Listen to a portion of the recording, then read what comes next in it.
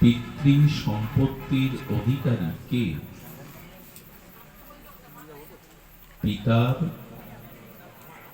সহায় সম্পত্তি স্থাবর অস্থাবর এর অধিকারী তার আত্মজ সন্তানগণ।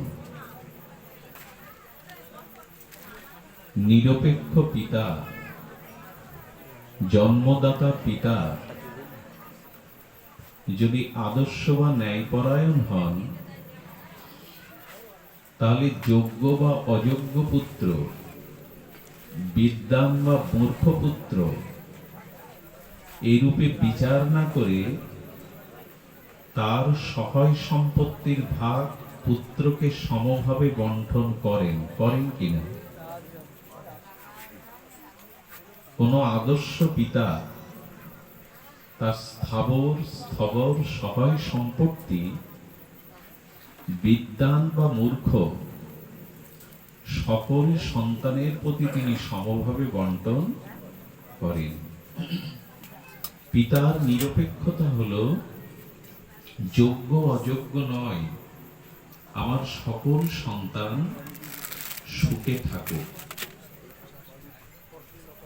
তো যারা ধ্যান দিন, যারা সাধনহীন, ভজনহীন,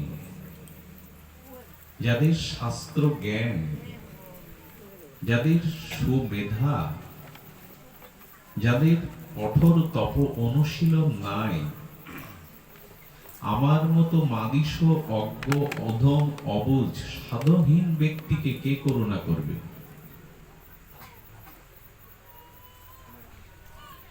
পূর্বে বললাম, পিতা যোগ্যতার বিচার না করে সন্তানের বিচার করে সবাইকে সমভাবে সম্পত্তি বন্টন করে।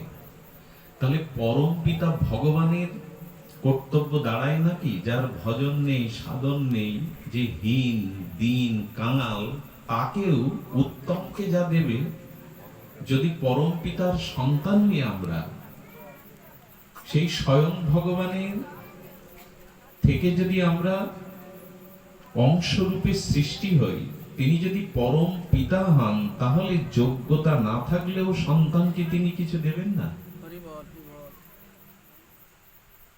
এইটি দেওয়ার জন্যই শ্রীমান গৌর হরি এসেছিলেন। অন্যান্য যুগে পাত্র বা যোগ্যতা বা তপস্যা বিবেচনা করে তাকে সেই রূপ ফল দেয়া হতো, কিন্তু গৌর অবতারে, পাবন অবতারে, মহাপ্রভু অবতারে এই নিয়ম থাকলো না। থাকা উচিত ছিল কি? যার যেমন যোগ্যতা তার প্রাপ্তি তো ততটুকু। একজন মাটির ঘট নিয়ে কই জল আনতে গেছে, তো মাটির ঘটের আয়তন যতটুকু, কুয়ো থেকে সে তার বেশি জল নিতে পারবে কি? সে মনে করলো কুয়ো ক্ষুদ্র, ও আমাকে এর বেশি জল দেওয়ার সামর্থ্য রাখে না, আমি পুষ্করণীতে যাই। কুয়ো থেকে পুষ্করণী সরোবর বড়, সেখানেও পাত্র নিয়ে জল ভরলে দেখলো সেই কুয়োতেও যে ঘট ভর্তি পেয়েছিলাম, পুষ্করণীতেও সেই পরিমাণ। আচ্ছা, উনি যদি সাগরে যায়, যদি সাগরে যায়, তো তার ঘট বা তার পাত্রের আয়তন যতটুকু, পুষ্করণীতে, সরোবরে, কুয়োতে, সাগরে কোন জায়গায় কি তার বেশি পাবে? মানুষ পায় কখন? পাই যোগ্যতা বা পাত্র হিসাবে। এটাই তো নিয়ম। যার যোগ্যতা, যার পাত্র যতটুকু, সে সমুদ্রে যাক, মাটির ঘট নিয়ে, বা পুকুরে যাক বা কুয়োতে যাক, সে এক ঘটই পাবে। সমুদ্রকে যদি বলা হয় তুমি বিশাল অনন্ত, তুমি কেন কুয়োর মতো এক ঘটি দেবে? সমুদ্র বলবে পাত্র যতটুকু ততটুকুই তো দেব।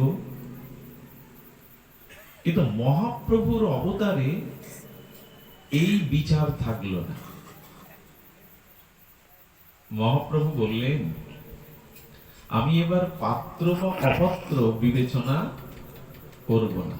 পিতা যেমন অযোগ্য পুত্রকেও সহায় সম্পত্তি দেয় তার মঙ্গলের কথা ভেবে, তেমনি শ্রীকৃষ্ণ চৈতন্য মহাবতার কারুণ্য অবতার, প্রেম অবতার, করুণায় অবতীর্ণ হয়ে বললেন, আমি এবার কে যোগ্য কে অযোগ্য এই বিবেচনা করব না, কার পাত্র নেওয়ার মতো কার পাত্র না এই বিবেচনাও করব না। কি করবে প্রভু? বলো, অকাতরে সবাইকে আমি প্রেম দিয়ে দেব, বিনা বিচারে প্রেম দিয়ে দেব।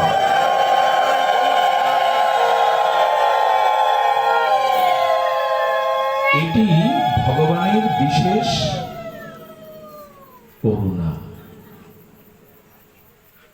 এটি ভগবানের অপর বিশেষ করুণা।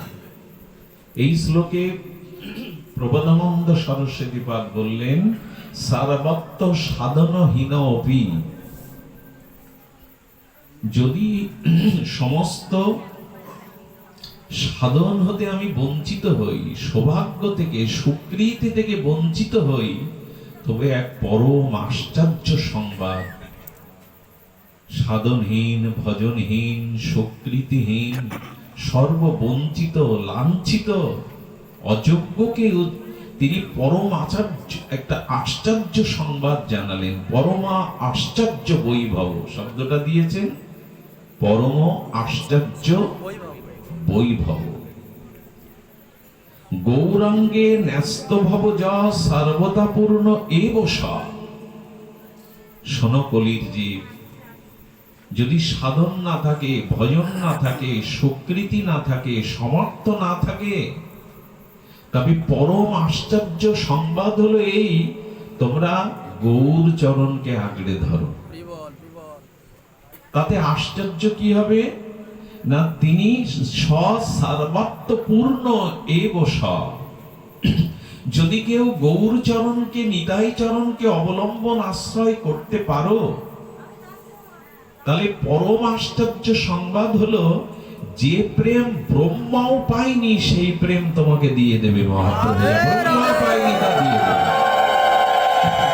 এটা আশ্চর্য নয় কি? যে রস গুপ্ত সিন্ধু ব্রহ্মা না পায় এক বিন্দু, সেই প্রেম মহাপ্রভু যাকে তাকে দিচ্ছেন। পাত্রা পাত্র ন বিচারেন ন কুরুতে না সা ভিক্ষং। কে পাত্র কে অপাত্র, কাকে দেওয়া উচিত কাকে দেওয়া উচিত নয়, এই বিচার মহাপ্রভু করছেন। এই বিচার করছেন না। এটা যেন বন্যার জল, যখন আকাশ বন্যা আসে না, চারিদিকে প্লাবিত হতে থাকে, তখন নর্দমার দূষিত জল, যাতে মানুষ পাও স্পর্শ করে না, দূষিত ঘৃণিত, সেই বন্যার আকাশ বন্যার উচ্ছ্বসিত জলের তরঙ্গ তখন ওই ড্রেনের দূষিত জলকে একাকার করে নদী নদী প্রবাহমান হয়ে সাগরে মিশিয়ে দেয়, কাউকে বাদ দেয় না, সবকেই ভাসিয়ে নিয়ে যায়। এটা বন্যার মহিমা। আকাশ বন্যা প্লাবিত জলধারায় নর্দমার কীটময় দুর্গন্ধ অপবিত্র জলকেও বন্যার জল তরঙ্গায়িত করে ভাসিয়ে সমুদ্রে নিয়ে যায়। ড্রেনের জল যদি সমুদ্রে মিশে যায়, গঙ্গায় মিশে যায়, তাকে আলাদা করে কি আর চিনতে পারবেন এটা ড্রেনের দূষিত জল? বুঝতে পারবেন? ড্রেনের দূষিত জল বন্যার স্রোতধারায় যদি সমুদ্রে গিয়ে মেশে বা গঙ্গায়, তখন আলাদা করা যাবে কি এটা ড্রেনের জল ছিল? চৈতন্য মহাপ্রভুর প্রেম বন্যা, তার কারুণ্যের করুণা বন্যা এমনই, তিনি বিচার করছেন না কার পাওয়া উচিত কার না পাওয়া উচিত। এত বড় করুণা, এত বড় কৃপার অবতার হয়নি আর হবেও না। গৌরাঙ্গে ন্যস্ত ভাব, যদি নিজের মনের ভাবটা শ্রী গৌরাঙ্গ চরণে রাখতে পারো একবার, সাধনহীন ভজনহীন সুকৃতহীন, তবু পরম আশ্চর্য বৈভবের সংবাদ হলো যে সর্বাত্মপূর্ণ এ বসা, তিনি ব্রহ্মাদিরও দুর্লভ সেই ব্রজ প্রেম রাধা প্রেম তোমাকে দিয়ে দেবেন। একজন কাঙাল গিয়ে রাজ দরবারে ছত্র, দানের ছত্র গিয়ে বলছেন, আমার অভাব, চাউল ডাউল তেল দিন, ক্ষুধার্ত আমি, বুভুক্ষ আমি। রাজ কর্মচারী এসে বলছেন, তোমার পাত্র কই? তেল চাল ডাল নেবে তো পাত্রের প্রয়োজন। বললেন, আমি এত হতচ্ছাড়া হতভাগ্য যে আমার পাত্র নাই। রাজা জুড়ে দাঁড়িয়ে দেখছিলেন, পাত্র নাই বিধায় সে চলে যাচ্ছে। রাজা বলছেন, শোনো, এদিকে এসো, তুমি তোমার পাত্র নেই, তুমি কেন বিমুখ হয়ে বঞ্চিত হবে? আমি তোমায় পাত্রও দেব, পাত্রের দ্রব্যও দেব। এটা রাজার বিশেষ দান।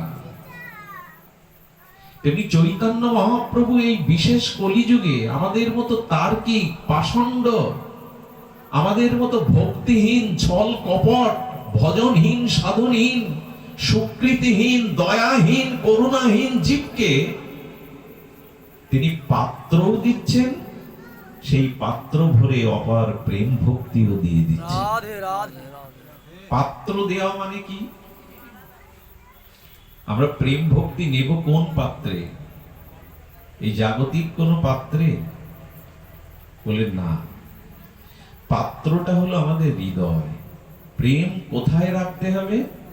চোখে, কানে, মুখে। সোনাদানা কি ছড়িয়ে ছিটিয়ে রাখেন ঘরের মেঝেতে? টাকা, সোনাদানা একটা নির্দিষ্ট গোপন স্থানে তাকে লুকিয়ে রাখেন, যাতে শত্রু। তেমনি প্রেম ভক্তি বাইরের দেখানো জিনিস নয়, এটা অন্তরেই লুকিয়ে রাখার জিনিস। তো সেই হৃদয় বা অন্তর পাত্র আমাদের বড় দূষিত।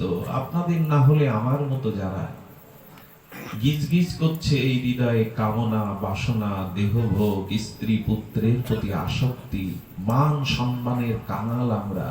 কোথায় ভালো চেয়ার পাবো, কোথায় মালা পাবো, কোথায় সম্মান পাবো, কোথায় সুন্দরী রমণী পাবো, কোথায় বিত্ত বৈভব পাবো, এই নিজ সুখের জন্য আমরা সারাটা জীবন কাটালাম।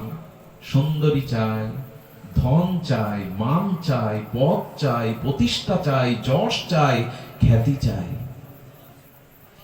আমাদের হৃদয়কে কলুষিত করেছে এই নিজের ভোগের চাওয়া, নিজের সুখের চাওয়া। আমরা অন্যের সুখের ধার ধারিনি, আমরা অন্যের দিকে দৃষ্টি দেইনি, অন্যের সুখের চিন্তা করিনি। আমি ভালো থাকবো, আমি সুখে থাকবো, সব পাওয়া আমার।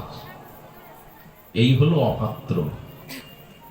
এই চার দেয়াল ঘরের মধ্যে বউ ছেলে মেয়ে নিয়ে হেসে খেলে, খেয়ে খাইয়ে আনন্দে জীবন কাটাবো, পাড়া প্রতিবেশী দেশের লোক সব মরে যাক, তাতে ধ্বংস হোক, তাতে আমার কি আসে যায়। এই হলো অশুদ্ধ পাত্র, এই হলো দূষিত পাত্র। আমাদের হৃদয়টা আজ নিজ সুখে, নিজ ভোগের জন্য অশুদ্ধ করে ফেলেছে। এই জন্য এই কামনা, বাসনা, কলুষিত হৃদয় বড় অপাত্র হয়ে গেছে। আপনারা জানেন, এই সমুদ্র হলো জলের উৎস। তো সমুদ্র একদিন চিন্তা করলো, আমার জল যদি বৃক্ষেতে দেওয়া যায়, তাহলে বৃক্ষ ক্ষার প্রধান নোনা জলে বৃক্ষ শুকিয়ে মারা যাবে, ফসল ফলবে না। আর আমাতে কেউ যদি জল পান করতে আসে, এই নোনা জল পান করে তার তৃষ্ণা বাড়া ছাড়া নিবারণ হবে না। আমার জল ঘোলা, সমুদ্রের জল বালি ভরা, অথচ জলের উৎস আমি। এই জলকে শুদ্ধ করা যায় না, এই জলকে নির্মল করা যায় না। সমুদ্র চিন্তা করতে লাগলো, এই জল বৃক্ষের সেবা হবে না, এই জল লোক তৃষ্ণা নিবারণ করবে না। মেঘ চিন্তা করে দেখলো, যদি তাই করতে হয় তাহলে এই জলকে দান করতে হবে, আমার জলকে দান করতে হবে। খুব মার্মিক কথা, হৃদয় দিয়ে শুনুন। যদি আমি দান করি, তাহলে সমুদ্রের জলের যা যা অবগুণ আছে, শ্রেষ্ঠ হলেও গুণহীন, নোনা, ক্ষার প্রধান, বৃক্ষ মরে যায়, মানুষের তৃষ্ণা নিবারণ হয় না। সেটা গায়ে মাখতে গেলেও তো বালি লেগে যাবে। আবার কোন শুদ্ধ জলাশয়ে তাকে পুষ্করিণীতে স্নান করে পবিত্র হতে হবে, মানে শুদ্ধ হতে হবে। সমুদ্র চিন্তা করলেন, আমাকে দান করতে হবে, দান না করলে বস্তু শুদ্ধ হয় না। দেখুন দানে কি হয়, স্নানে করলে দেহ শুদ্ধ হয় আর দানে মন শুদ্ধ হয়। দান করে দেখবেন নিঃস্বার্থভাবে চিত্তের শুদ্ধতা আসে, দানে মন শুদ্ধ হয়, স্নানে দেহ শুদ্ধ হয়। তো সমুদ্র চিন্তা করলে আমি দান করে দেই, কাকে দান করলে সবকিছু মঙ্গলময়, সুখময়, সবকিছু বিপরীত মঙ্গলময় হবে, শুভময় হবে, কার্যকারী হবে।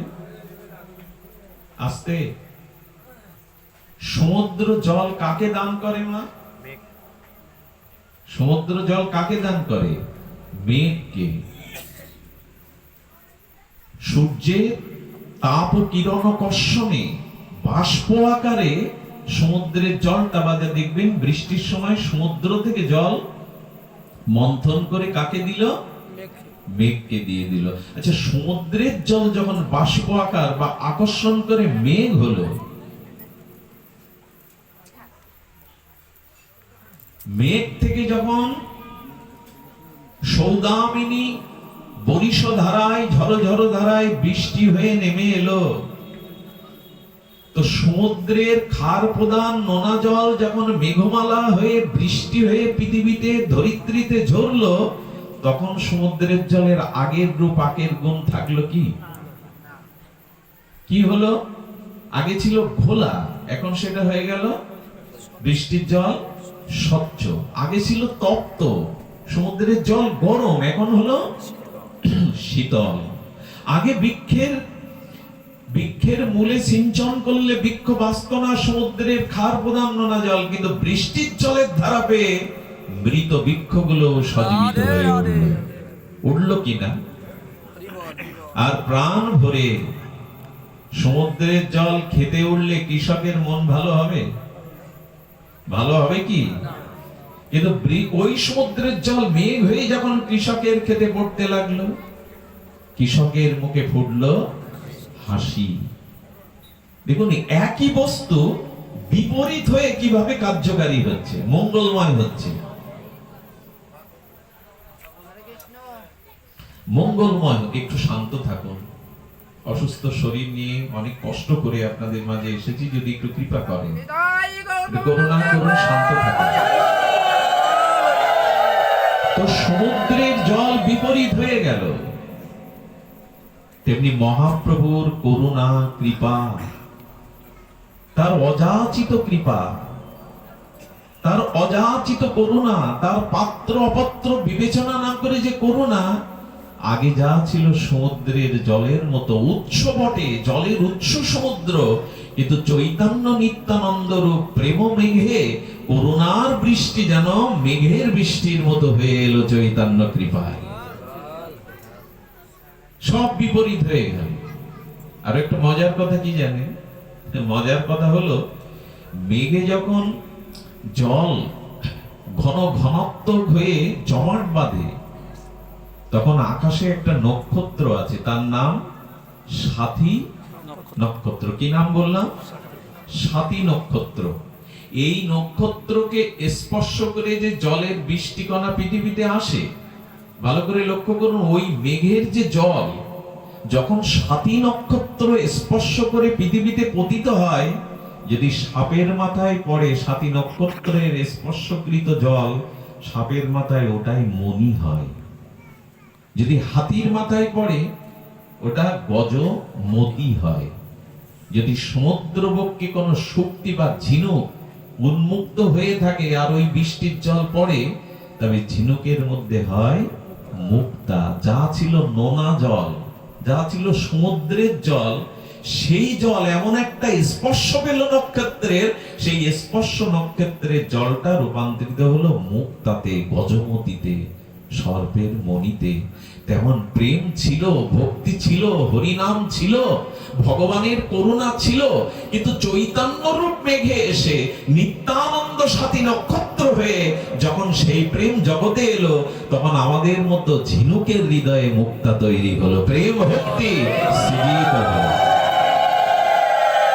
পরম আশ্চর্য বৈভব, এটাই সব থেকে আশ্চর্য। সমুদ্রের জল কি করে মুক্তা হয়ে গেল, নোনা জলের বিন্দু কি করে মুক্তা হলো? বলো সাতী নক্ষত্রের স্পর্শের কারণে হয়েছে। ঠিক তদরূপ নিত্যানন্দ প্রভু গৌরাঙ্গ সুন্দরের করুণা। আমাদের বড় অভিশাপ কি জানেন? অভিশাপ হলো সারা বিশ্ব,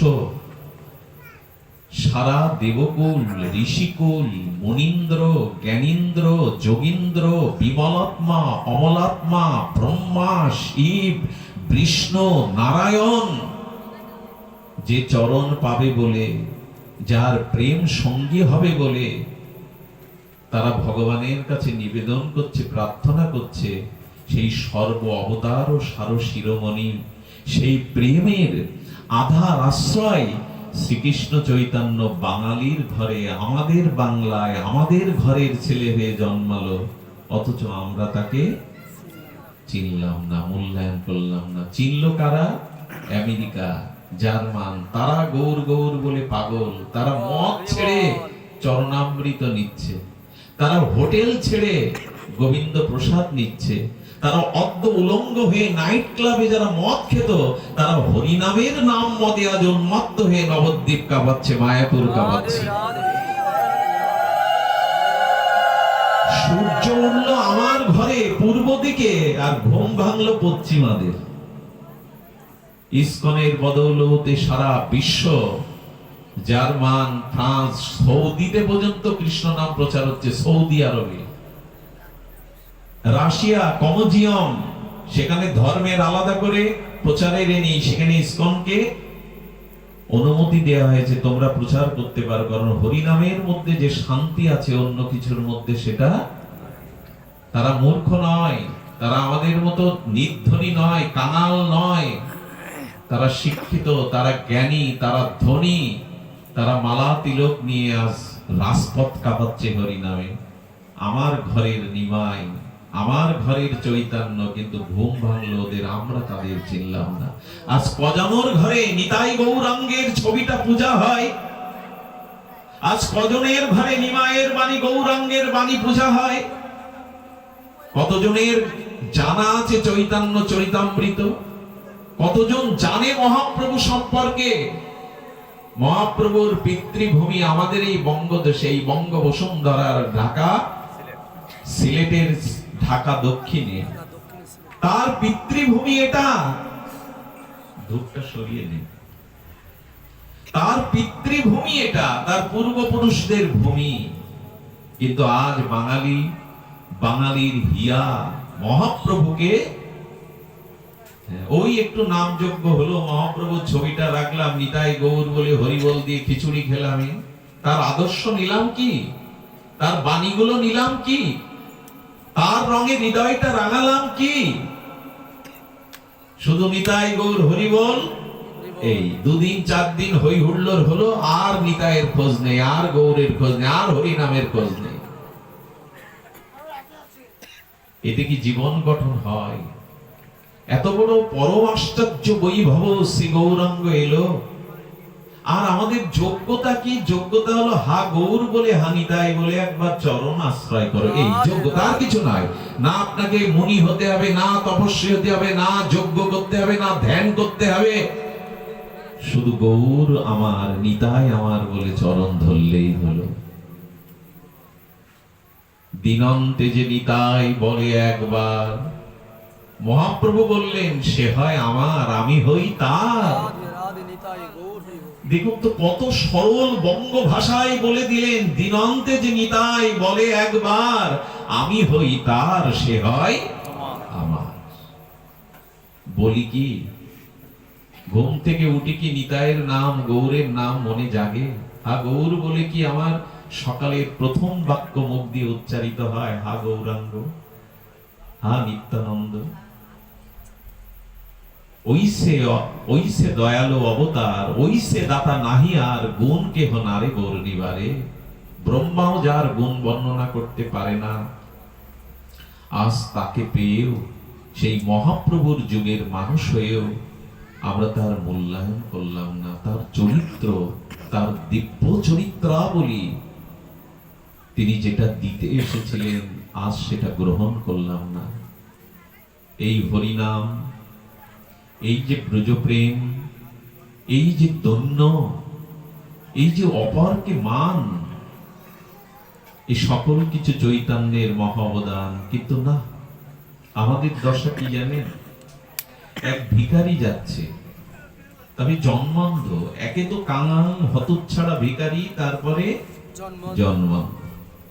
শিব ঠাকুর চেয়ে চেয়ে দেখছে কৈলাসে, শিব শিব করে কিন্তু কাঙাল। পার্বতী মায়ের করুণার উদ্রেক হলো, হৃদয় দ্রবীভূত হলো। পার্বতী মা বলছেন, প্রভু ওই কাঙাল জন্মান্ধকে কিছু দিন না, মণিমুক্তা, অভাব ঘুচে যাবে। বলেন ও দিলেও নেবে না।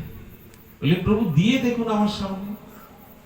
না, তিনি অন্ধ নন, ভুল হলো একটু, তিনি কাঙাল ভিখারি, অন্ধ নন। যাচ্ছে পথ দিয়ে, ভগবান শঙ্করকে মাতা পার্বতী নিবেদন করলেন, আচ্ছা ও পাবে না কেন বলছেন? ওর চোখ আছে, পথ দিয়ে যাচ্ছে, সামনে কিছু মণিমুক্তার থলে ফেলে দিন, ও নিলে অভাব দূর হবে। ভগবান শঙ্কর মণিমুক্তা, সেই চিন্ময় মণিমুক্তা একটা থলে দিয়ে সামনে ফেলে দিলেন 10 হাত দূরে। ও ঠিক 10 হাত দূর থেকে ওর মনে একটা ভাবের উদয় হয়েছে। কি ভাব জানেন? অন্ধ ব্যক্তি রাস্তায় কিভাবে চলে আমি একটু দেখি তো, অনুকরণ করে। অন্ধ সাজার জায়গা ওইখানেই অন্ধ সাজার ভাব ওর মনে এসছে। অন্ধ সেজে সে থলে বেরিয়ে চলে গেছে। শিব ঠাকুর পার্বতীকে দেখিয়ে বলছেন, এই দেখো কিছু মানুষ আছে যারা দিলেও। ওই সময় ওর অন্ধ হওয়ার ভাব জেগেছে। আমাদের দুর্দশায় শ্রীকৃষ্ণ চৈতন্য মহাপ্রভু ব্রহ্মার বাঞ্ছিত প্রেমধন দিতে এলেন, বিতরণ করতে এলেন, কিন্তু সেই মণিমুক্তা প্রেম ভক্তি পেয়েও অন্ধ সাজলাম, এড়িয়ে গেলাম।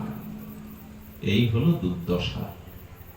এই জন্য আসুন, সর্বসাধন হীন যদি হই, কোন যোগ্যতাও যদি না থাকে, তবে একটু গৌর বলুন, সরল প্রাণে, একেবারে সরল প্রাণে একবার গৌর বলুন, একবার নিতাই বলুন। এতেই করুণা হবে, এতেই কৃপা হবে। সর্বাত্মপূর্ণ এব স, তুমি সর্বপূর্ণ পূর্ণতা পাবে, সর্বপূর্ণতা পাবে তুমি। গৌরাঙ্গের দুটি পদ, যার প্রেম সম্পদ, সেজনা ভক্তি রস সারগ। ওই সমুদ্রের জল যেমন মেঘে গেলে বিপরীত হয়ে যায়, তেমনি গৌর চরণে আশ্রয় নিলে ভজন সাধন না থাকলেও তোমাকে সার করে দেবেন। গৌরাঙ্গেরও মধুর লীলা, যার কর্ণে প্রবেশিলা। গৌর কথা, গৌর লীলা যদি কারো কর্ণে শ্রদ্ধা ভাবে প্রবেশ করে, ভাবের সহিত, তবে তিনি প্রেম ভক্তি পাবেন, আজও পাবেন, আজও পাবেন। আজও তার সরল হৃদয়, নিষ্কপট হৃদয়, তিনি যদি শ্রী গৌরাঙ্গের নাম নেয়, আজও গা আওলায়, আজও লোমকূপ গুলো খাড়া দেয়। গৌরাঙ্গ বলতে গিয়ে আজও নয়নে জল ঝরে যায়। একটু সরল হয়ে, একটু সহজ ভাবে, কপটতা শূন্য হয়ে গৌর যদি বলি, তিনি অবশ্যই করুণা করবেন। মনে আছে, মনে আছে পুষ্ট বিপ্রের কথা? সে গৌর ভজন করেনি, গৌর মণ্ডলে জন্মেছে, গৌর ভজন করেনি, কারণ তার কাছে সংসার, স্ত্রী পুত্রের মায়া প্রবল। সকলে গৌর ভজন করে, কিন্তু বলে আমি সংসার ছেড়ে, স্ত্রী পুত্রের এই সুখ স্বাচ্ছন্দ্য ছেড়ে আমি গৌর চরণে যেতে পারবো না। মহাপ্রভুর অলক্ষ্যে বুঝি করুণা হলো। মাঝে মাঝে শরীরে দুরারোগ্য বা রোগ শোক আসাটাও কিছু মানুষের মঙ্গল বয়ে আনে। রোগ মঙ্গল হয়, হলো হয়। রোগ শোক আসাটা দরকার আছে। কেউ যদি দিন চায়, রাত না চায়, তার জন্য পৃথিবীর জায়গা নাই। কেউ যদি পূর্ণিমা চায়, অমাবস্যা না চায়, তার জন্য পৃথিবীর জায়গা নয়। কেউ যদি জোয়ার চায়, ভাটা না চায়, তার জন্য এই পৃথিবীর জায়গা ঠিক তদুপরি কেউ যদি সুখ চায়, দুঃখ না চায়, তার জন্য ওই পৃথিবীর জায়গা নয়। সে টিকতে পারবে না পৃথিবীতে। দুটোই নিতে হবে, সুখকেও নিতে হবে, দুঃখকেও নিতে হবে, মানকেও নিতে হবে, অপমান। বলে মান নেওয়া যায়, অপমান নেব? গীতাকার ভগবান বলেছেন মান অপমান সমান বলে। প্রভু এটা কি বললেন? কেউ আমার স্তুতি করছে, মালা পরাচ্ছে, আমার নামে পত্র পত্রিকা ছাপাচ্ছে, তো মান যেমন করে নেব অপমানও নেব। বলে হ্যাঁ, কেন নেবে? বলে তোমার চরিত্রের মধ্যে যে দোষ কলঙ্কগুলো এসেছে, দোষগুলো এসেছে, ওই দোষকে, ওই চরিত্রকে সংশোধন মানের দ্বারা হবে না। যদি কখনো সমাজে অপমানিত হতে পারো, কলঙ্কিত হতে পারো, তখন দ্রুত চরিত্রটা শুদ্ধ হয়ে যাবে, যেটা মানে হয় না। অপমানে কলঙ্কে তাড়াতাড়ি শুদ্ধ হয়ে যায়, শুদ্ধ হয়ে যায়। যদি উন্নত সুবর্ণ সোনাকে অ্যাসিডে পুড়িয়ে খাঁটি করতে হয়, তো অপমানের আগুনেও পুড়ে তুমি খাঁটি হবে। শুধু মান পেলে তোমার সর্বনাশই হয়ে যাবে। দুহাত বাড়িয়ে দুটোই নিতে শেখো, এটাই জগৎ। আচ্ছা, আজ পর্যন্ত কেউ দাবি করেছেন দিনের পরে রাত আসবে কেন, এলো কেন? এ কথা কেউ প্রশ্ন তুলেছেন? একটু কথা বলুন, কেউ প্রশ্ন তোলেন কি? দিনের পরে রাত আসলো কেন? আচ্ছা, শীতের পরে বসন্ত আসলো কেন? এ প্রশ্ন তোলেন কি কেউ? তোলে না। শীতের পরে বসন্ত আসবে কেন, ঠিক এ প্রশ্ন যেমন তুমি করো না, তেমন এই প্রশ্নও করবে না সুখের পরে দুঃখ এলো কেন, মানের পরে অপমান এলো কেন। দুটোই নিতে শিখতে হবে, তবেই বেঁচে থাকা যাবে। একটাকে বেছে নিতে গেলে আপনি মানসিক শান্তি হারিয়ে ফেলবেন, পারিবারিক শান্তি হারিয়ে ফেলবেন। ভগবান জেনে শুনে এই দুটো ব্যবস্থা আমাদের দিয়েছেন। তো মাঝে মাঝে রোগ, শোক, অপমান, কলঙ্ক মানুষকে খুব সংশোধন করে দেয়, সোনা খাঁটি করার মতো অ্যাসিডে। তো মহাপ্রভুর কৃপায়, আচ্ছা, দুঃখ এলে আর সুখ এলে কোনটা চায় আমরা বেশিরভাগ মানুষ? একটু কথা বলবেন। 99% মানুষ সুখ চায়, কিন্তু সুখ এলে আপনার দুটো জিনিস নষ্ট হয়, আর দুঃখ এলে দুটো জিনিস সঞ্চয় হয়। খুব মার্মিক কথা, হৃদয় দিয়ে শুনতে হবে। সুখের কথাটা বলি, সুখ এলে আপনার দুটো জিনিস নষ্ট হয়ে যায়। সুখ আসে কেন? আমার কোনো না কোনো জন্মে কোনো পূর্ণ কর্ম অর্জিত ছিল, সেই পূর্ণ অর্জিত কর্মের দ্বারা ধন, মান, সম্মান, এই সম্মানগুলি আসছে। যখন আপনি ওই সম্মানের কারণে সুখ ভোগ করছেন, তখন পূর্বের যে পূর্ণটা ক্ষয়। ধূপটা যত পুড়ে গন্ধ বিলাবে, তত ধূপ ক্ষয়ে, চন্দনটা যত ক্ষয়ে ক্ষয়ে সুবাস বিলাবে, চন্দনের কাঠ তত ক্ষয়ে যাবে। সুখ ভোগ করছেন মানে পুরাতন অর্জিত পূর্ণ খরচ হয়ে গেল। আর সুখ আসলে আর একটা ক্ষতি হয় কি? কথাগুলো কাউকে মানে কি করা, সান্ত্বনার কথা নয়, এটাই দর্শনের কথা। সুখ এলে আর একটা জিনিস কি হয় জানেন? সব থেকে বড় ক্ষতিটা হয়, সুখ এলে, ঐশ্বর্য এলে, ভোগ এলে মানুষ ভগবানকেই আগে ভুলে যায়। তখন ভালো সাজ গোজ, খাওয়া দাওয়া, আনন্দ ফুর্তি করার মানসিকতা তৈরি হয়, তখন আর ভগবানের দিকে দৃষ্টি যায় না। এটা ক্ষতি না লাভ? না, এটা ক্ষতি না লাভ? ভগবানকে ভুলে যাওয়া ক্ষতি না লাভ? কিন্তু আমরা সুখ পেয়ে তো ভুলি। আচ্ছা, দুঃখ পেলে দুটো কল্যাণ হয় কি? খুব মন দিয়ে শুনতে হবে। দুঃখ হইলে দুটি কল্যাণ হয় হলো, পুরনো কোনো পাপের কারণে এই দুঃখটা, রোগটা, শোকটা আমার জীবনে এসেছে। বিনা কারণে কে জগতে কেউ কিছু ভোগ করে না, কারণ কোনো কারণ ছাড়া পৃথিবীতে কোনো কার্য সম্পন্ন হয় না। আবার বলি কথাটি, কোনো কারণ ছাড়া পৃথিবীতে কোনো কাজ হয় না। কাজ হওয়ার মূলে হলো কারণ। এই জন্য পৃথিবীর এক নাম কার্য কারণাত্মক পৃথিবী। আচ্ছা, এই যে কাপড়টা দেখছেন, এই কাপড় তৈরি হওয়ার কারণ কি? সুতা। সুতা না হলে হয় কি? কিন্তু আমরা সুতা দেখি না, কাপড় দেখি। বলার সময় বলি না কি এটা সুতো, বলি এটা কাপড়। সুতোর কাপড় বলি কি অমুকের কাপড় বলি, কিন্তু কাপড় বলি। মালাটা গাঁথা হয়েছে কিসে? সুতা না হলে ফুলগুলো গ্রথিত করা কি মালা করা যেত? এখন আর কি দেখছেন, সুতা না মালা? ভগবান বললেন যে কোনো কার্য হওয়ার আগে তার একটা কারণ থাকে। মালার কারণ যেমন সুতা, কাপড়ের বা বস্ত্রের কারণ যেমন সুতা, ঠিক তেমনি কোনো কিছু ঘটবার আগে তার পূর্বে একটা কারণ থাকবে। কারণ ছাড়া কোনো কার্য হয় না। তাহলে আমার জীবনে যে দুঃখ এলো, রোগ শোক এলো, এর কারণ কি?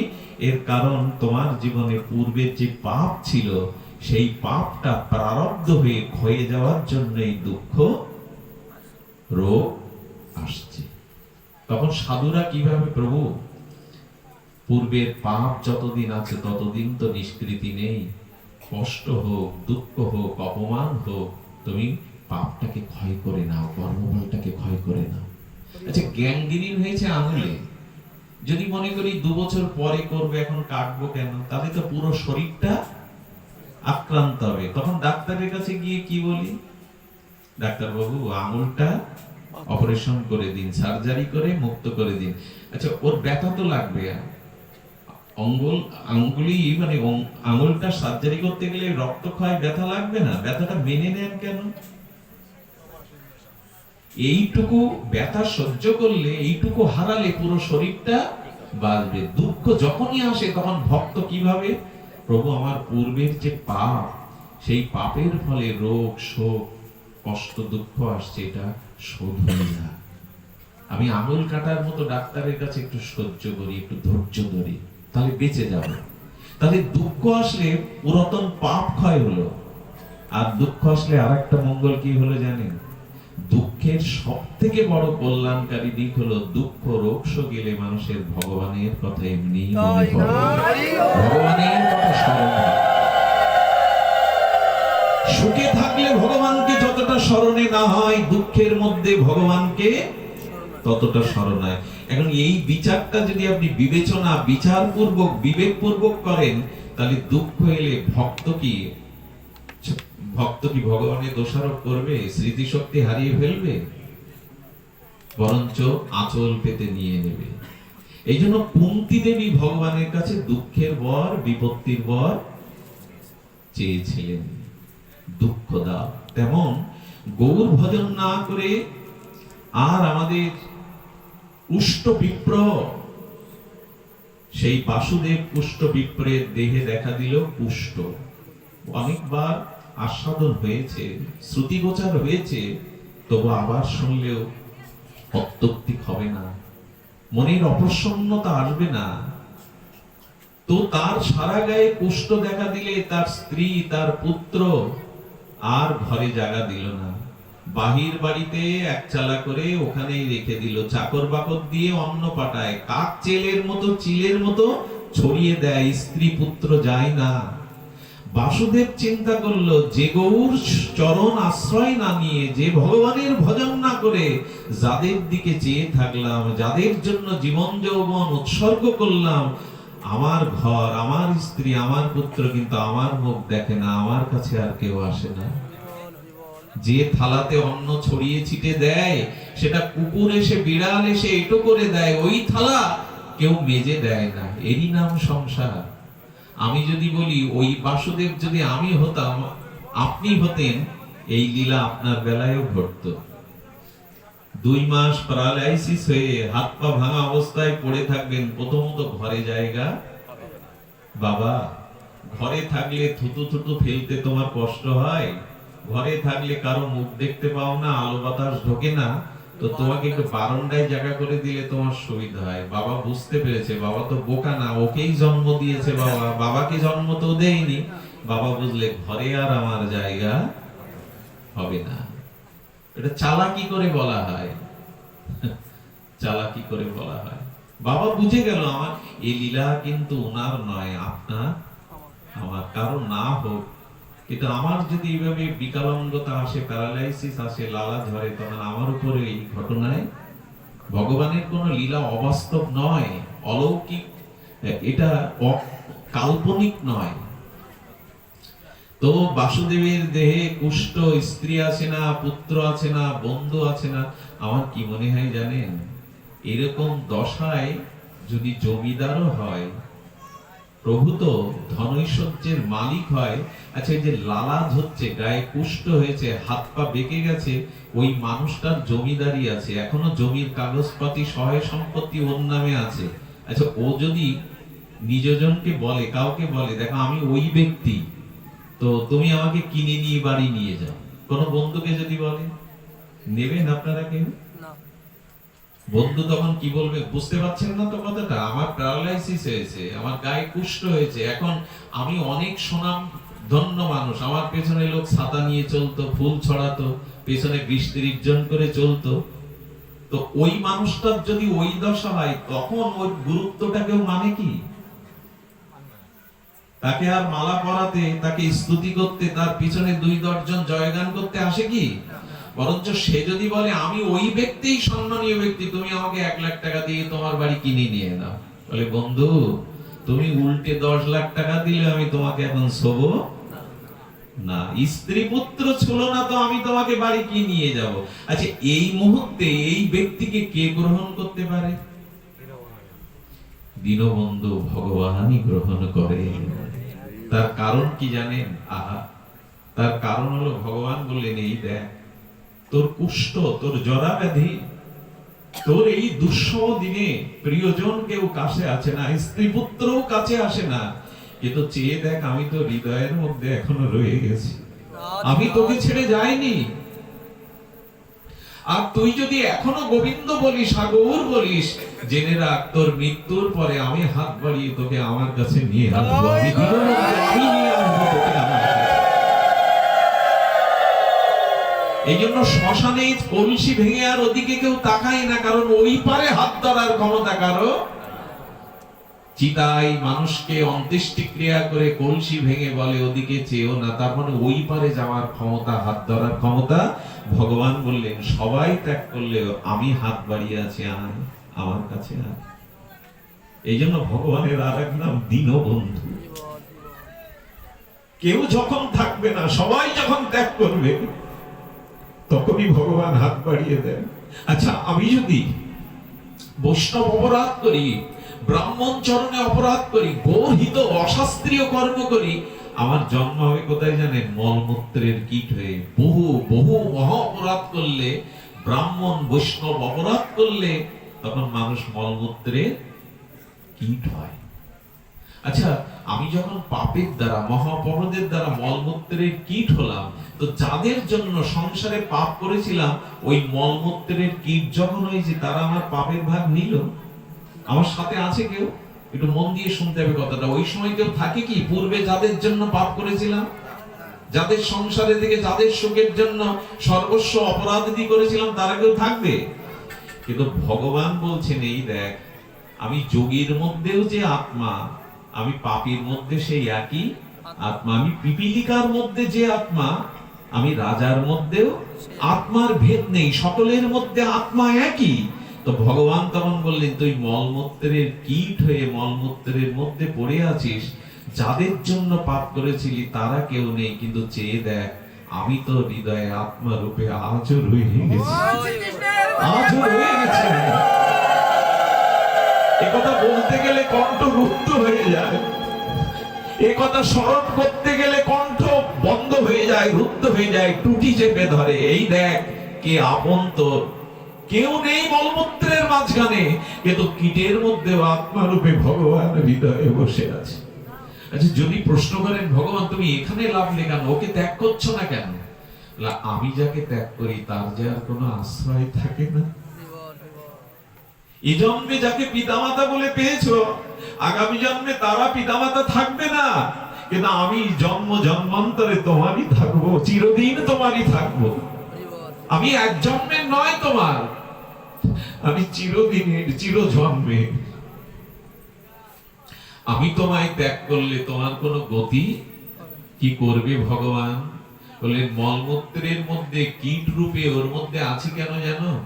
আবার ওকে 84 লক্ষ জনি ক্রমবর্তন করতে করতে আবার ওকে মানুষ জন্ম দেব। আবার মানুষ জন্ম দিয়ে ওকে জ্ঞান বিবেক দেব, আর জ্ঞান বিবেক দিয়ে ওকে গুরু রূপে গিয়ে করুণা করব, বৈষ্ণব রূপে সাধু রূপে গিয়ে দুয়ারে দুয়ারে ওকে শাস্ত্র জ্ঞান দিয়ে আবার আমার চরণে প্রেম ভক্তি দেব। যতদিন ও আমাকে না পাবে ততদিন আমি ওকে ত্যাগ করে যাব না। এই হলো করুণাময় ভগবান।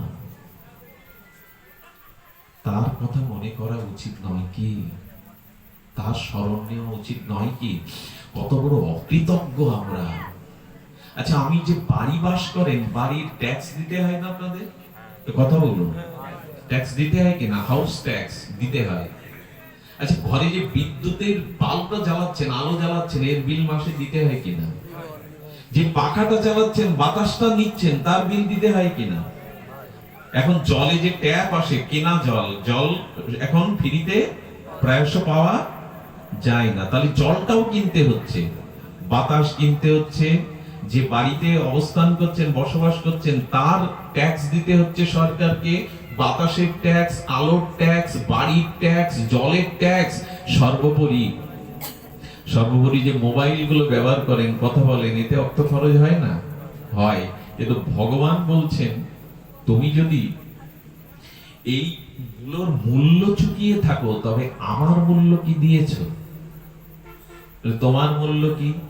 বলে এই পৃথিবীটা আমার। তুমি তো ওই 4 কাটা 2 কাটা বাড়ির ট্যাক্স দিচ্ছ, কিন্তু এই পৃথিবীটা আমার। আমি তোমার জন্য সৃষ্টি করেছি। তোমাকে এই পৃথিবী দিয়ে আমি ট্যাক্স চেয়েছি কি? কথা বলবেন, চেয়েছি? চাইনি। আচ্ছা, চন্দ্র সূর্য যদি উদয় না হতো, এই যে বিদ্যুৎ দেখছেন না, আলো, এই আলো সব ধার করা, সব সূর্য থেকে। সে সৌর বিদ্যুৎ বলুন, জলবিদ্যুৎ, জলের থেকে বিদ্যুৎ তৈরি হয় কি করে? স্রোতের মধ্যে। হলো সূর্যের কিরণ যেখানে যেখানে পড়ে, ওখানে আগুন তত্ত্ব আছে, কাঠের মধ্যে, সবার মধ্যে। তো সূর্যই হলো আলোর উৎস, আর সব ধার করা। তো সূর্য যদি উদয় না হতো, পৃথিবীর স্থায়িত্ব থাকতো? সূর্যগ্রহণ হলে খাদ্য পয়জনিং হয়ে যায় ওই কয়েক ঘন্টার জন্য, ওই খাদ্য খেলে অসুস্থ হতে। আর সূর্য যদি না উঠতো, পৃথিবী দূষিত হয়ে যেত। চন্দ্র না এলে, সূর্য না এলে আলো পেতেন কি করে? দিন শুরু হতো কি করে? চাঁদ সূর্য বিল চেয়েছে আপনার কাছে? ভগবানের এই প্রদীপ আলো। আচ্ছা, বাতাস যদি বন্ধ করে দেওয়া যেত, বাতাস বা অক্সিজেন যদি ভগবান বন্ধ করে দিত, বাঁচতাম কি? হাসপাতালে অক্সিজেন নিলে বিল দিতে হয়, কিন্তু জন্ম থেকে পর্যন্ত ঈশ্বর যে আপনাকে বাতাস অক্সিজেন দিয়েছে, বিল পাঠিয়েছে। ভগবান বললেন, মোবাইলে কথা বলো কেন জানো? আকাশ আছে বলে। আকাশ যদি না থাকতো, তাহলে আপনার সামনে আমি মাইকেও কথা বললে আপনি শুনতে। আকাশ মানে শব্দ গুণকত্তম আকাশন, শূন্যস্থানকে আকাশ বলে। আকাশ মানে এরকম নীল না, আকাশের রং নীল। দূরের কোন অনন্ত বিভু বস্তুকে নীল দেখায়, যেমন সমুদ্রের জল দূর থেকে নীল দেখায়, অথচ সে নীল নয়। বৃহৎ বস্তু, অনন্ত বস্তুকে নীল দেখায়। তো লক্ষ্য করুন, সেই অনন্ত আকাশ আছে বলে আমরা শব্দ শুনতে পাই। তার মানে শঙ্খটা বাজে কেন জানেন? শঙ্খের মধ্যে একটা শূন্যস্থান আকাশ আছে বলে শঙ্খ বাজে।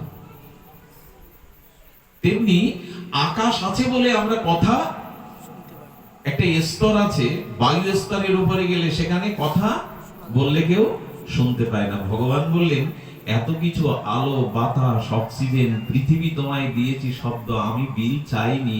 তো যদি আমাকে অন্তত স্মরণ না করো, আমার ভজন না করো, তুমি অকৃতজ্ঞ নও কি?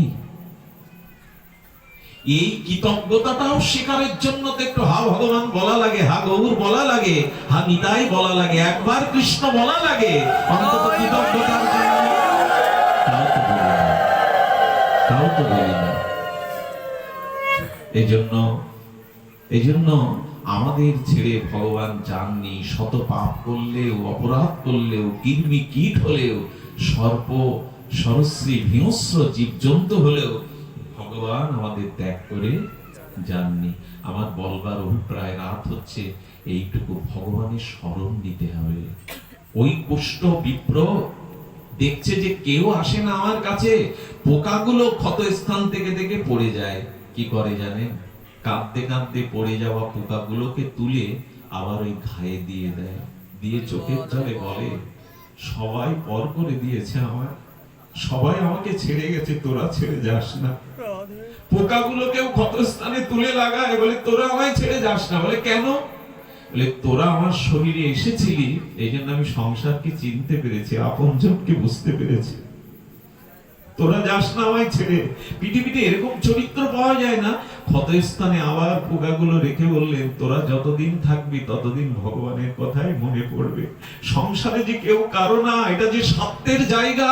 স্বার্থ পোড়ালে আমার কাছ থেকে যখন কেউ সুখ আর পাবে না, তখন আমাকে আর ওরা কেউ মনে। এই সংসারটা একটা চুক্তির জায়গা, এই সংসারটা একটা চুক্তির জায়গা। যখন আপনার কাছ থেকে আর কেউ সুখ পাবে না, তখন আপনাকে আর কেউ মনে। এটা চুক্তিবদ্ধ এই সংসারে, স্বার্থের সংসার। স্বার্থ এই জগতে মাত্র দুজন দেখে না, সবাই দেখে। সেটা হলো পিতা আর মাতা। মা আর বাবা সন্তানকে স্বার্থের কারণে পালন করে না, বড় করে না। এই পিতামাতাই একমাত্র ভালোবাসার আশ্রয়। কিন্তু দুঃখের বিষয়, সেই বৃদ্ধ পিতামাতাই আজ সব থেকে লাঞ্ছিত, সব থেকে বঞ্চনার শিকার। পিতামাতার নিঃস্বার্থ ভালোবাসা পৃথিবীতে দ্বিতীয় কোনো দৃষ্টান্ত নাই। সে যত বড় মুখ করে কথা বলুন, পিতামাতা ব্যতীত নিঃস্বার্থ ভালোবাসা এই জগতে নাই, কোনো উদাহরণই নাই। সে সুখ পায় তাই আপনাকে ভালোবাসে। আপনার কাছ থেকে আর যেদিন সুখ পাবে না, সেদিন আপনাকে আর ভালোবাসবে না। এটা সংসারের চুক্তি, এটাই দলিল সংসারের। এই জন্য ভালোবাসার মানুষকে ভালোবাসুন, যাকে ভালোবাসলে ভালোবাসাটা সার্থক হয়। গাছের ফুল গাছে ফোটে, ঝরে যায়, তার সার্থকতা হয় না, তাকে কেউ মাথায় নেয় না, বুকে নেয় না। যদি ওই ফুল মালা হয়ে গোবিন্দের গলে যায়, ওই ফুল গোবিন্দের চরণে চন্দন চর্চিত হয়ে যায়, তখন আর ওটা ঝরে পড়ে না মাটিতে, তখন কারো গলায় থাকে, কারো মাথায় থাকে, তখন ফুলের মর্যাদা হয়। তো ভালোবাসাটা ভগবানকে দিন, তাহলে জীবন মর্যাদা পাবে। যাকে তাকে ভালোবাসা দিয়ে জগতে ঠকতে হয়, যন্ত্রণা পেতে হয়, অভিশাপ পেতে হয়। এমনকি আমি কতদিন বলেছিলাম কথাটা, ভালোবাসা 3 প্রকার। খুব মন দিয়ে শুনতে হবে, আজকে সার কথা। ভালোবাসা 3 প্রকার। এক হলো একাঙ্গী ভালোবাসা। কি বললাম? একাঙ্গী ভালোবাসা। একাঙ্গী ভালোবাসা মানে কি? ভালোবাসতে গেলে পরস্পর দুটি বস্তুর অনুরাগ চাই। একজন ভালোবাসে আর একজন ভালোবাসে না, সেটা ভালোবাসা নয়। দুই পক্ষ, দুই তত্ত্ব যখন একই সাথে একে অপরকে অনুরাগ, প্রীতি, প্রেম নিবেদন করবে, তখনই তার নাম হয় ভালোবাসা। তো আমরা জগতে সবচাইতে বেশি ভালোবাসি যে জিনিসগুলো, তার মধ্যে একটা আছে বাড়ি, গাড়ি, টাকা, এগুলি। এই তো জমি জমা, টাকা পয়সা, বাড়ি গাড়ি। এখন আমার প্রশ্ন হলো, আপনি টাকাকে ভালোবাসেন, বাড়িকে ভালোবাসেন, গাড়িকে ভালোবাসেন, সম্পত্তিকে ভালোবাসেন? আমার উত্তর, ফ্রিজ টিভিকে ভালোবাসেন, ঘরে সুন্দর করে রেখেছেন, ওরা আপনাকে ভালোবাসে তো? যদি আপনাদের কাছে একটু উত্তর চাই, ওরা ভালোবাসতে পারে তো? এই কর্তাল কাউকে ভালোবাসতে পারে? ও প্রাণ নেই, ও জড়, ও ভালোবাসতে পারে না আপনাকে। তার মানে টাকা রোগে যখন চলে যায়, আপনাকে অপমান করে গসটা যায়, তখন টাকা আপনার জন্য শোক করে তো? ভালোবেসেছিলে, আমাকে ভালোবেসে রেখেছিলে, সিন্ধুকে আমি চলে যাচ্ছি। তার কারণ জড় বস্তু, টাকা, জমি, বাড়ি, গাড়ি, এগুলো হলো ফিরিস্টিম, এগুলো জড়। এদের ভালোবাসার হৃদয় ক্ষমতা নাই। একবার ভেবে দেখুন তো, কতটা বোকা হলে, কতটা অপদার্থ হলে আমরা তাকে ভালোবাসি যে আমাকে ভালো কোনোদিন বাসতে পারবে না, বাসেও না। তাকে ভালোবাসি আমরা। এটা খুব বুদ্ধিমানের কাজ। ভালোবাসাটা খুব সঠিক জায়গায় দিয়েছি আমরা। যাকে আমি ভালোবাসি অথচ সে আমাকে ভালো, তাকে ভালোবাসাটা খুব সুবুদ্ধির কাজ। কি কিন্তু আজ সারা জগৎ তাকিয়ে দেখুন কাকে ভালোবাসি আমরা। আচ্ছা, মরার পরে টিভি ফ্রিজটা দেবে, শ্মশানে দেবে, ওটা তো খুব প্রিয় ছিল। আপনি দেশের সর্বোচ্চ কোম্পানির টিভি এনেছেন, কত ইঞ্চি এখন, 24, 50, যত ইঞ্চি দেবে তো মরার পরে। খুব ভালোবাসতেন ওইটা, বসতেন সন্ধ্যাবেলা ওর সামনে। বলে না, মাটির কলসি দেবে। তাও ভেঙে থুয়ে আসবে। আচ্ছা, আমার মানুষ আমরা কত চালাক স্বার্থবাদী দেখুন। বাবা মা মরে গেলে কি বলি জানেন? এই বাবা তোমরা কথা বলো না ওখানে, এই বাবা বিঘ্ন হয়, কথা বলো না, কিছুক্ষণ যদি কাজ থাকে উঠে কাজটা মিটিয়ে আসুন। কি বলছেন? মানুষ মরে গেলে বলে কি, বাবা এই জুতোটা পরতো, এটা বাবার সাথে দাও, বাবা এই খাটটাতে সুতো বসতো, এটা দাও, বাবার এই জামাটা বড় প্রিয় ছিল, জামাটা দেয়। এমনকি তাস খেলতে যদি ভালোবাসতো কেউ কেউ তাসও দিয়ে দেয়, জোড়া দিয়ে দেয়। কি দুর্ভাগা আমাদের। আচ্ছা, এইগুলো যখন দেয়, জামা দেয়, মশারি দেয়, কাপড় দেয়, কাঁথা দেয়, জুতো দেয়, খাট দেয়, ওনার হাতে যে সোনার আংটিটা ছিল ওটা দেয় তো। ওই বেলায় কি করে জানেন? বাড়ি শুদ্ধ লোক কাঁদছে, কিন্তু কান্নার মধ্যেও বুদ্ধি করে আংটিটা খুলে ঘরে রেখে দেয়। কেন? ওটা বাবার শখের জিনিস, ওটা দেবে না। কতটা চালাকি হলে, মানুষকে বঞ্চিত করলে এই বুদ্ধি আমাদের থাকে। কাটা কাপড়গুলো দূষিত নোংরা, ওটা রেখে লাভ কি? কিন্তু সোনার আংটি খুলে ঘরে রাখবে। ভালোবেসে যে যাদের, তাদের ভালোবাসার পরিণামে, তাদের মানসিকতা এই জন্য পিতামাতার জায়গাটা কেউ নষ্ট করবেন না। ওরা নিঃস্বার্থই ভালোবেসেছে আপনাকে, ওদের ভালোবাসার কোনো প্রতিদান দিতে যাবেন না। আমি তো মাসে মাসে টাকা পাঠাই, তোমার জন্য রঙিন কালার টিভি দিয়েছে, আর কি চাই? খবরদার, পিতামাতা ঋণ শোধ করবার চিন্তাও যদি কারো মনে আসে, সে আরো ঋণী হয়ে যাবে, আরো ঋণী। স্বয়ং ভগবানও জগতে জানিয়েছেন, মায়ের ঋণ আমিও শোধ করতে পারিনি। মহাপ্রভু যখন সন্ন্যাস নিয়েছিলেন, নিত্যানন্দ প্রভু নবদ্বীপবাসীর প্রাণ রক্ষার্থে, সচিমার প্রাণ বাঁচানোর জন্য মহাপ্রভুকে বৃন্দাবনে যাওয়ার নাম করে পথ ভুলিয়ে শান্তিপুরে এনেছিলেন। মাকে স্মরণ করে নিমাই বলল, মাকে নিয়ে এসো। পালকি থেকে সচিমা যখন দূরে নামছে, সন্ন্যাসী নিমাই, শ্রীকৃষ্ণ চৈতন্য নিমাই ছুটে গিয়ে সাষ্টাঙ্গে মায়ের প্রণে প্রণাম করেছে। মাকে মাঝখানে রেখে 7 বার প্রদক্ষিণ করে বলছেন, মা, আমি পাতুলতায় সন্ন্যাস নিয়েছি, আমি তোমার অযোগ্য সন্তান, আমি তোমার ঋণ কোনোদিনই শোধ করতে পারবো না। তবে জানো মা, যদি জগতে কখনো আবির্ভাব হই, তবে তোমার গর্ভে আমি আবির্ভাব হব। আমি তোমার গর্ভে আবির্ভাব হব, তোমার ঋণ আমি কোনোদিনই শোধ করতে পারবো না। মাকে নিমাই 7 বার প্রদক্ষিণ করলো, মায়ের কোলে বসে বলছেন, মা, তুমি যদি বলো আমি সন্ন্যাস ত্যাগ করে আবার গৃহে ফিরে আসি। সচিমা চোখের জল মুছিয়ে বলছে, নিমাই, সন্ন্যাস ত্যাগ করার কথা যদি বলি, তাহলে সন্ন্যাস ধর্ম কলুষিত হবে, কেউ আর সন্ন্যাস ধর্মের মর্যাদা দেবে না। তোর মা হয়ে আমি তা পারি না। তবে শোন নিমাই, বৃন্দাবনে তুই যাস না, বৃন্দাবনে তুই ভজন করিস না, কারণ তখন বৃন্দাবন লুপ্ত ছিল, জঙ্গল ছিল, কেউ বৃন্দাবনে যেত না। তুই বৃন্দাবনে গেলে আমি তোর খোঁজ পাবো না রে নিমাই। তোর বাবা চলে গেছে, তোর বড় ভাই চলে গেছে, তোর 7 বোন মারা গেছে, ঘরে বিষ্ণুপ্রিয়া একটা অগ্নিকে রেখে তুই চলে যাচ্ছিস। তুই ছাড়া তোমার ইহকালে পরকালে কেউ নেই। তবে তুই বৃন্দাবনে যাস না, বৃন্দাবনে গেলে আমি তোর খোঁজ পাবো না। নিমাই বলছে, বলো মা।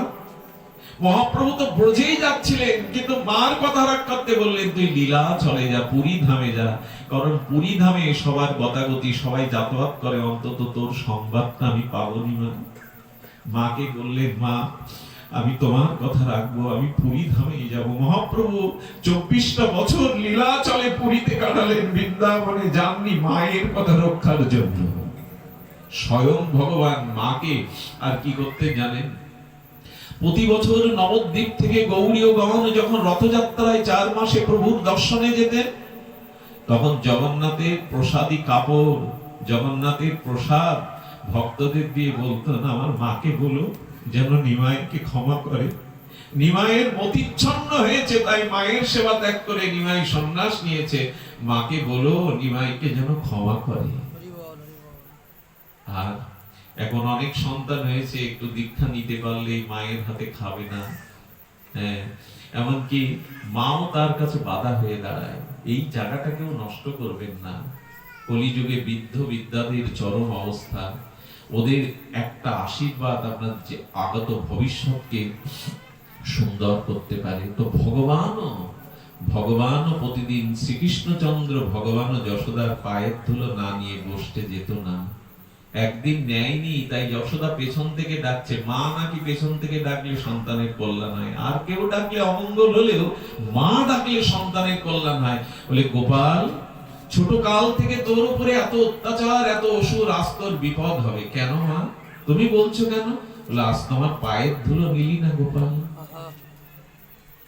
মা বাবার চরণে প্রণাম না করে কোনো কাজে যেতে নেই, বাইরে যেতে নেই, এতে অমঙ্গল হয়, এতে বহিঃশত্রু ক্ষতি করে। যশোদা পায়ের থেকে সমস্ত ধুলিগুলো নিয়ে গোপালের মাথায় আর বুকে মাখিয়ে দিয়ে বলেন, যা গোপাল, আর বিপদ আসবে না। আজও এটা হয়, পিতামাতাকে প্রণাম করে কোনো কাজে যাবেন, দেখবেন বহিঃশত্রুর আক্রমণ হতে আপনি বেঁচে যাবেন, অ্যাক্সিডেন্টের কবল থেকে আপনি। এগুলো মুখের কথা নয়, মানুষকে শোনানোর কথা নয়, এগুলো শাস্ত্রের অনুভূতি। পিতামাতার চরণের ধুলিতে এমন একটা আশীর্বাদ আছে, ও ঢাল তৈরি হয়, রক্ষা কবচ তৈরি হয়। এই জন্য পিতামাতাকে ভগবানও এমনি করে স্বীকার করেছেন। শঙ্করাচার্যের মতো আচার্য, আমি যেহেতু অধিবাস বিলম্বে এসেছি, আমি আপনাদের এইটুকু বলবো, ভগবানকে ভুলে যাবেন না। এই শুধু এইখানেই নামযজ্ঞ 2 দিন হই হুল্লোড় করাটাই যে ধর্ম, করাটাই যে সব হয়ে গেল, 2 দিনে বছরে একবার যোগ্যতা নয়। মহাপ্রভু বলছেন, আসরে যজ্ঞ হলো, আসরে রাগ রাগিনী হলো, কিন্তু মৃত্যুর সময় নামটা তো আর দল এসে তোমাকে শোনাবে না, নামটা তখন তোমাকেই নিতে হবে। সে অভ্যাস করেছো, ওরা তো রাগ রাগিনী গিয়ে চলে গেল। তোমার মৃত্যুর সময় ও প্রিয়নাথ বাবু কি ললিত রাগ শোনাবে তোমার কানে এসে? তখন তোমাকেই হরি বলে মনতে হবে। যদি তুমি হরি বলে না মারো, তুমি কৃষ্ণ বলে না মারো, তবে টাকা বলে মরলে সাপ হতে হবে, কামের চিন্তা করে মরলে পতিতা হতে হবে। আর যদি বাড়ির চিন্তা করো, তো কুকুর বিড়াল পাখি হয়ে বাড়িকে পাহারা দিতে হবে, ভাগবত বলেছেন। কৃষ্ণ তোমাকেই বলতে হবে। সেই স্মরণটা আগে থেকে নিন। শুধু নামযজ্ঞ হয়ে গেল, আমাদের সব হয়ে গেল এমন না। মহাপ্রভু বললেন, এতএব গৃহে তুমি কৃষ্ণ ভজ গিয়া। এখান থেকে যেটা শুনলে, এবার গৃহে গিয়ে সকাল সন্ধ্যা হাততালি দিয়ে গিয়ে। এখন ঘরে যজ্ঞ হয় না, হয় আসরে।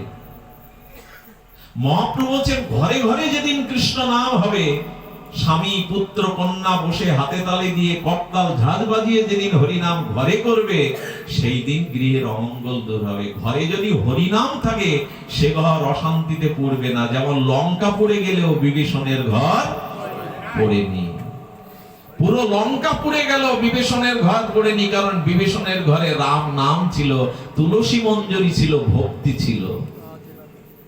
আপনার ঘরও পড়বে না যদি সকাল সন্ধ্যা শপে সাথে পাচে মিলে। কিন্তু হরিনাম হয় এখন আসরে, যজ্ঞের মঞ্চে। বাড়ি আর হরিনাম প্রায়শ হয় না, 2-4 বাড়ি হতে পারে। কিন্তু মহাপ্রভু চেয়েছেন, এতএব গৃহে তুমি কৃষ্ণ ভজ গিয়া, খুঁটিনাটি পরিহরি একান্ত হইয়া।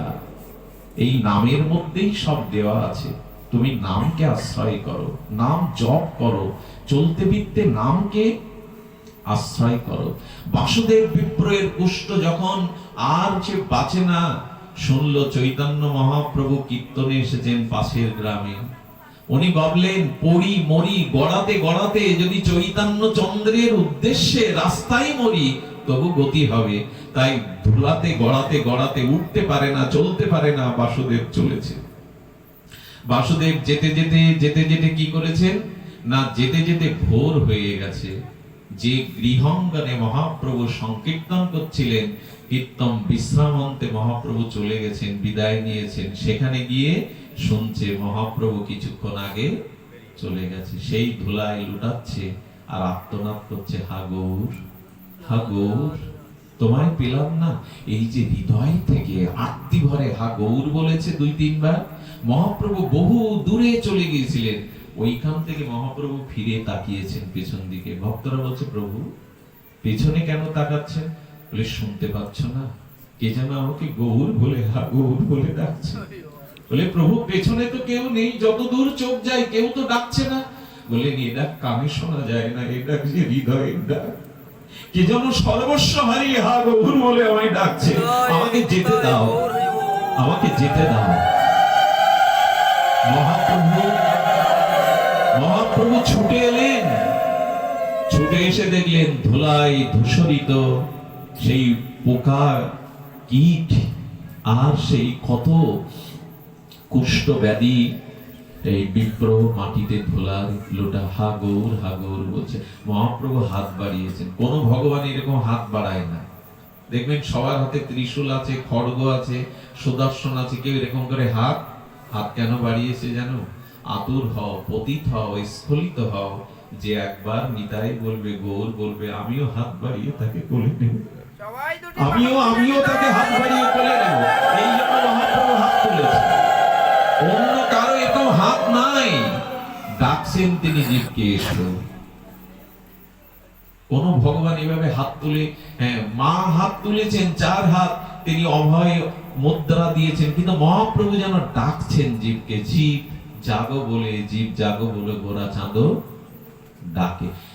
দেখুন আমি একটা কথা বলি, মহাপ্রভু ছুটে এসে বলছেন, বাসুদেব আমায় ডেকেছো, তুমি এসেছো প্রভু, তুমি এসেছো, সবাই ত্যাগ করে গেছে, তুমি এসেছো? বলে হ্যাঁ বাসুদেব এসো, বুকে এসো। না প্রভু না, আমার কুষ্ঠ, পুজ, রক্ত, এই দেহে অপবিত্রতা, তোমাকে স্পর্শ করলে প্রভু তোমার মর্যাদা হানি হবে, প্রভু এসো না। তোমাকে নয়নে দেখেছি, এটুকুই জীবনের সার্থকতা। এই জন্মে তো হলো না, যেন আগামী জন্মে তোমার চরণ আশ্রয় করে বসতে পারি প্রভু। তোমাকে দেখাই আমার জীবনের সার্থকতা। দাঁড়াও, নয়ন ভোলানো রূপ নিয়ে এসেছো, প্রেম নিয়ে এসেছো, একবার দেখতে যাও। মহাপ্রভু কি বললেন জানেন? যদি কাছে বুকে না নিতে দেবে তবে ডাকলে কেন গৌর বলে? যদি ডেকেছো তো কাছে এসো, কেন ডাকলে? শোনো বাসুদেব, এই কলিহত জীবের পাপ তাপ স্খলন, শত অপরাধ, সবকিছু স্খলিত জীব যদি গৌরাঙ্গ হানি তাই বলে ডাকে, আমি তাকে কোল দেবই দেব বলে মহাপ্রভু নিজে গিয়ে বাসুদেবকে জড়িয়ে ধরেছেন। এমন পতিত উদ্ধারণ, এমন পতিত তারণ, এত পতিত পাবন, এত করুণা নিধি, করুণার আশ্রয়, করুণার গুণনিধি আর কোন অবতারে আসেনি, আসবেও না।